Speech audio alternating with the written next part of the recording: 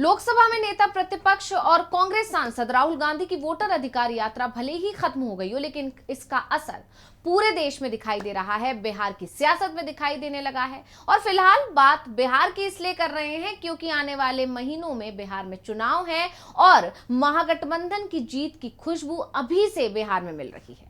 तो एनडीए में डर दिखाई दे रहा है, सहयोगी दल साथ छोड़ने की तैयारी कर रहे हैं। तो जो दल एनडीए के साथ मजबूरी में बने हुए हैं, उनके अंदर भगदड़ की स्थिति दिखाई दे रही है। कई लोग तो ये भी कह रहे हैं कि सहयोगियों को इसी बात का नुकसान उठाना पड़ रहा है क्योंकि वो एनडीए के सहयोगी हैं। बीजेपी के कई नेता तो पाला बदल ही रहे हैं और अब जेडीयू के अंदर भी भगदड़ के हालात दिखाई दे रहे हैं। वैसे भी जेडीयू को लेकर यह माना जा रहा है कि एनडीए हो या महागठबंधन, दोनों ही नीतीश की पार्टी को कमजोर करने की कोशिश कर रहे हैं। महागठबंधन इसलिए नीतीश पर निशाना साध रहा है क्योंकि जेडीयू के वोट बैंक को वो अपने पाले में ला सके, क्योंकि जो जेडीयू का वोट बैंक है वो कभी आरजेडी का वोट बैंक हुआ करता था। तो वहीं दूसरी तरफ बीजेपी पर आरोप लग रहे हैं कि वो नीतीश कुमार को कमजोर कर सीएम पद अपने पाले में करने की कोशिश में जुटी हुई है, जिससे कि महाराष्ट्र मॉडल बिहार में लागू किया जा सके। और इन सब के बीच वोटर अधिकार यात्रा जो राहुल गांधी और तेजस्वी यादव के नेतृत्व में निकाली गई, उससे जो माहौल बना उसने तो जेडीयू की मुसीबतों को और ज्यादा बढ़ा दिया है। बिहार चुनाव से पहले ही जेडीयू कमजोर हो चुकी है, टूट की कगार पर पहुंच गई है। नीतीश परेशान है क्योंकि जिस बात का उन्हें डर था वही हो भी रहा है, लेकिन अब समय भी नहीं बचा है क्योंकि जैसे जैसे चुनाव का समय करीब आ रहा है वैसे वैसे जेडीयू में भगदड़ मच रही है, जिसकी कई सारी वजह हैं। और अब एक और दिग्गज नेता ने जेडीयू छोड़ने का ऐलान कर दिया है और जेडीयू में मची इसी भगदड़ को समझने की हम इस स्पेशल रिपोर्ट में करेंगे कोशिश। नमस्कार, मैं हूं अंशिता। तो बिहार की राजनीति पर पूरे देश की निगाहें टिकी रहती हैं और इस वक्त सबसे ज्यादा निगाहें टिकी हैं नीतीश कुमार और उनके राजनीतिक भविष्य पर, क्योंकि इस बार का चुनाव की अगर बात करें तो नीतीश के लिए सबसे बड़ी चुनौती बना हुआ है ये चुनाव। चर्चा ये चल रही है कि इस बार विपक्ष और सहयोगी दोनों ही नीतीश को कमजोर कर रहे हैं। अब नीतीश की चिंता इसलिए बढ़ रही है क्योंकि जेडीयू कमजोर हो भी रही है, यानी विरोधी सफल हो रहे हैं नीतीश के खिलाफ जो भी साजिश की जा रही है उसमें। तो जब से बिहार चुनाव की हलचल तेज हुई है तभी से जेडीयू में भी हलचल मचने लगी है। कई विधायक और नेता पार्टी का साथ छोड़ चुके हैं और अब नीतीश कुमार को एक और बड़ा झटका लग गया है। इधर बिहार में वोटर अधिकार यात्रा खत्म हुई है 1 तारीख को और एक बार फिर जेडीयू के अंदर भगदड़ तेज हो गई है। उसी कड़ी में अब गोविंदगंज विधानसभा सीट से पूर्व विधायक मीना द्विवेदी ने जनता दल यूनाइटेड की प्राथमिक सदस्यता से इस्तीफा दे दिया है। अब उनके इस फैसले ने न केवल मुख्यमंत्री नीतीश कुमार की पार्टी को झटका दिया है बल्कि एनडीए गठबंधन की स्थिरता पर भी सवाल खड़े कर दिए हैं। मीना द्विवेदी काफी दिग्गज नेता हैं, जेडीयू के लिए काफी अहम मानी जाती रही हैं, लेकिन इन्होंने अपने इस्तीफे का जो कारण दिया है उससे ये साफ हो रहा है कि पार्टी के अंदर असंतोष बढ़ रहा है नीतीश कुमार के खिलाफ, क्योंकि इन्होंने अपने इस्तीफे का कारण पार्टी में लगातार हो रही उपेक्षा को बताया है।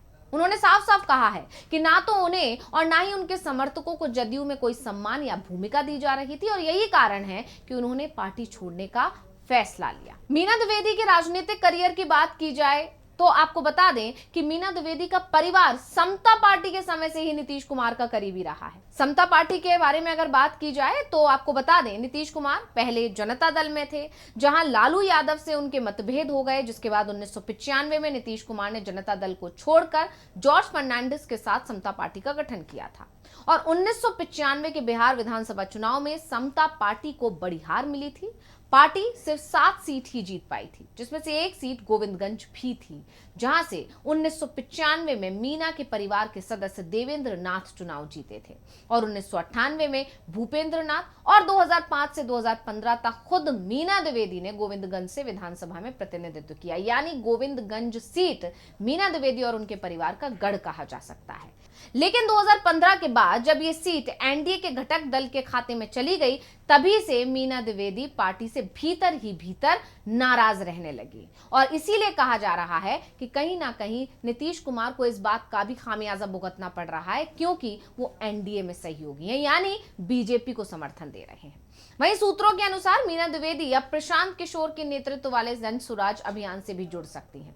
ये कयास इसलिए भी लगाया जा रहा है क्योंकि हाल के दिनों में जन सुराज की गतिविधियों में मीना द्विवेदी रुचि दिखाती नजर आई और अगर वो ऐसा करती हैं, जन सुराज में शामिल होती हैं, तो ये पूर्वी चंपारण में जदयू के लिए एक बड़ा नुकसान हो सकता है। वहीं जब इस तरह की खबरें चल रही हैं कि वो प्रशांत किशोर की जनसुराज में शामिल हो सकती हैं, तो इसके साथ ही एक बार फिर बीजेपी पर नीतीश कुमार को कमजोर करने के आरोप तेज हो गए हैं, क्योंकि जानकारों का यह भी मानना है या राजनीतिक पंडित ये दावा करते हैं कि प्रशांत किशोर बीजेपी के इशारे पर ही काम कर रहे हैं, या कहें कि बीजेपी को फायदा पहुंचाने के लिए ही उन्होंने बिहार चुनाव से पहले अपनी पार्टी बनाई है और इससे वो सीधा सीधा नीतीश को ही नुकसान पहुंचाना चाहते हैं। यानी एक तरह से बीजेपी के इशारे पर ही ये सब कुछ हो रहा है। तो इस तरह कहा जा सकता है कि बीजेपी नीतीश कुमार को कमजोर करने में लगी हुई है और उसमें उसे सफलता भी मिल रही है।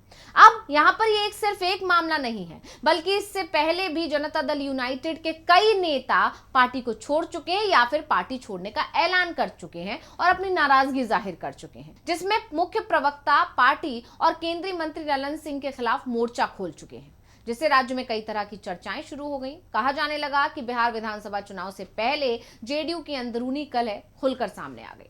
दरअसल पार्टी के मुख्य प्रवक्ता और एमएलसी हैं नीरज कुमार, जिन्होंने सोशल मीडिया पर एक पोस्ट लिखकर मोकामा में अनंत सिंह के समर्थन को लेकर सवाल उठा दिए थे, जिससे बिहार की सियासत में हलचल मच गई। ये पूरा विवाद तब शुरू हुआ जब हाल ही में केंद्रीय मंत्री ललन सिंह मोकामा पहुंचे और वहां पर पूर्व विधायक और बाहुबली नेता अनंत सिंह के घर पहुंचकर उनके साथ रोड शो किया। नीरज कुमार ने इस घटना पर आपत्ति जताई और बाकायदा ट्वीट लिखकर कहा कि भारत रत्न जननायक की उपाधि चुराना और प्रधानमंत्री की मां के लिए अपमानजनक शब्द बोलना गाली कहलाता है, लेकिन बिहार के मोकामा में राजनीतिक कार्यकर्ताओं को पूर्व माननीय द्वारा सड़क छाप और लफुआ कहना भी सम्मान है। यानी नीरज कुमार ने अपनी ही पार्टी से इस दोहरे रवैये पर सवाल पूछ लिया। अब राजनीतिक गलियारों में यह माना जा रहा है कि नीरज कुमार की यह बौखलाहट अनंत सिंह को लेकर है, क्योंकि नीरज कुमार और अनंत सिंह के बीच पुरानी अदावत बताई जाती है। नीरज कुमार ने 2015 के विधानसभा चुनाव में अनंत सिंह के खिलाफ चुनाव लड़ा था और वो हार गए थे। वो लंबे समय से अनंत सिंह को अपराधी बताते रहे हैं। जैसा कि आप जानते हैं कि हाल ही में जब अनंत सिंह जेल से रिहा हुए, तब नीरज कुमार ने दावा किया था कि उन्हें जेडीयू से टिकट नहीं मिलेगा, लेकिन ललन सिंह के रोड शो के बाद यह लगभग तय हो गया है कि इस विधानसभा चुनाव में जेडीयू मोकामा से अनंत सिंह को ही उम्मीदवार बनाएगी और इसी बात से नीरज कुमार नाराज हैं और उन्होंने अपनी ही पार्टी के खिलाफ अब बगावत का बिगुल फूंक दिया है। और साथ ही इस घटना ने जेडीयू की चुनावी रणनीति पर भी सवाल खड़े कर दिए हैं। यानी कहा जा सकता है कि बिहार चुनाव से पहले जेडीयू बाहरी तौर पर खुद को कितना भी मजबूत दिखाने की कोशिश कर रही है, लेकिन वक्त वक्त पर अंदरूनी कलह की खबरें उसकी पोल खोलती ही रही हैं। इसके अलावा राहुल गांधी जब से बिहार में सक्रिय हुए हैं, जनता दल यूनाइटेड में काफी ज्यादा भगदड़ देखने को मिल रही है। राजनीति के पंडितों का मानना है कि जो जमीनी स्तर के नेता हैं वो ये भांप चुके हैं कि आखिर हवा किस तरफ बह रही है। इस बार स्थिति महागठबंधन की मजबूत है या फिर एनडीए की मजबूत है। इसी तरह अगर बात करें जनता दल यूनाइटेड से नेताओं के पार्टी छोड़ने की, तो 2025 में यानी अभी तक नवादा से फिरोज खान पार्टी छोड़ चुके हैं। इसी तरह मुजफ्फरपुर से एम राजू नैयर, जो कि वरिष्ठ नेता और पूर्व जिला महासचिव हैं, उन्होंने भी पार्टी छोड़ दी। इसी तरह मोहम्मद तबरेज सिद्दीकी अली, जो कि अल्पसंख्यक प्रकोष्ठ के प्रदेश महासचिव थे, उन्होंने भी जेडीयू से इस्तीफा दे दिया। इसके अलावा अफरीदी रहमान अल्पसंख्यक प्रकोष्ठ के प्रदेश महासचिव रहे और उन्होंने भी 20 से ज्यादा समर्थकों के साथ जेडीयू से इस्तीफा दे दिया था। इसी तरह पूर्वी चंपारण की अगर बात करें तो वहां से पहले ही मोहम्मद कासिम अंसारी, जो कि जेडीयू चिकित्सा प्रकोष्ठ के अध्यक्ष थे, वो भी झटका दे चुके हैं। यानी एक तरह से कहा जा सकता है कि डबल झटका पूर्वी चंपारण में नीतीश कुमार को अभी तक लग चुका है। इसी तरह भोजपुर से हैं मोहम्मद दिलशान राइन, जो कि पार्टी सदस्य थे, उन्होंने भी पार्टी से इस्तीफा दे दिया। दरभंगा के मुर्शीद आलम, जेडीयू अल्पसंख्यक प्रकोष्ठ सदस्य और चंदन पंटी के पंचायत अध्यक्ष, वो भी पार्टी से दूरी बना चुके हैं। मोहम्मद शहनवाज मलिक अल्पसंख्यक प्रकोष्ठ के प्रदेश सचिव, इन्होंने भी पार्टी से दूरी बनाने का ऐलान कर दिया। वहीं नमाज मलिक, गुलाम रसूल बलियावी, जो कि पूर्व राज्यसभा सांसद, और इन्होंने अभी सिर्फ जेडीयू छोड़ने की घोषणा की है। हालांकि अभी तक इनकी तरफ से कोई आधिकारिक इस्तीफा नहीं दिया गया है।